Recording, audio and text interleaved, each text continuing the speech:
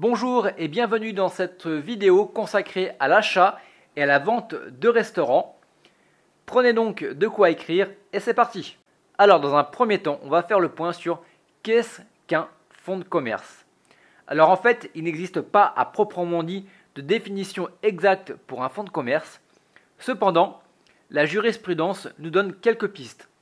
En fait, un fonds de commerce, c'est un ensemble d'éléments incorporels et corporels rattachés à l'exploitation d'un restaurant. Et ces derniers sont généralement indissociables. Alors qu'est-ce que c'est qu'un élément corporel ou un élément incorporel? Eh bien en fait, un élément corporel s'apparente aux éléments physiques comme le mobilier et les fournitures. Donc on peut citer les tables, les chaises, la machine à expresso, etc. qui composent le restaurant. Les éléments incorporels désignent quant à eux la clientèle, le bail et tout ce qui n'est pas corporel en soi. Attention tout de même à bien faire la distinction entre le fonds de commerce et les murs. Il est généralement conseillé d'être propriétaire des deux à la fois pour avoir plus de liberté. Cependant, ce n'est pas toujours possible et certains propriétaires proposent les murs uniquement à la location. Dans ce cas, un bail commercial devra être établi. Le problème, c'est que le propriétaire n'est pas obligé de renouveler le bail après la période de 9 ans, ce qui peut être un problème. Vous pouvez être en fin de compte dégagé de votre restaurant. Vous devez donc peser le pour et le contre et prendre en compte tous ces éléments pour choisir avec soin votre futur restaurant. Alors, quelles informations le vendeur doit vous fournir lors de l'achat d'un fonds de commerce? Alors que ce soit pour l'achat ou la location des murs d'un restaurant, le vendeur est dans l'obligation de vous communiquer les informations suivantes relatives au fonds de commerce qu'il vous cède. Dans un premier temps, il devra donc vous fournir le nom du précédent vendeur du fonds.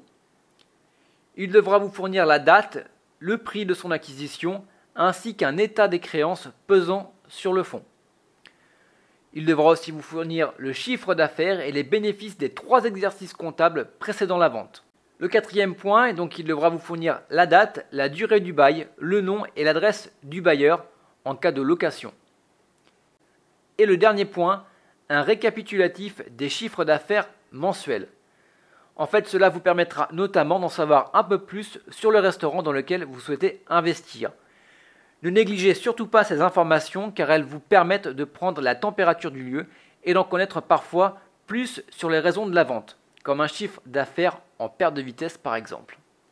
Hormis les informations obligatoires qu'on vient de voir, vous pouvez demander des informations complémentaires pour en connaître plus sur le fonctionnement antérieur du restaurant que vous souhaitez acquérir. Il est notamment important d'obtenir des précisions sur les 3 points suivants: les heures d'ouverture, le personnel, les équipements et les conditions de cession du fonds. Toutes ces informations cumulées sur le restaurant à vendre vont vous permettre, en plus de savoir si l'emplacement est intéressant, d'évaluer et de négocier le prix de vente. Voilà, vous connaissez donc les informations préliminaires à la cession d'un fonds de commerce.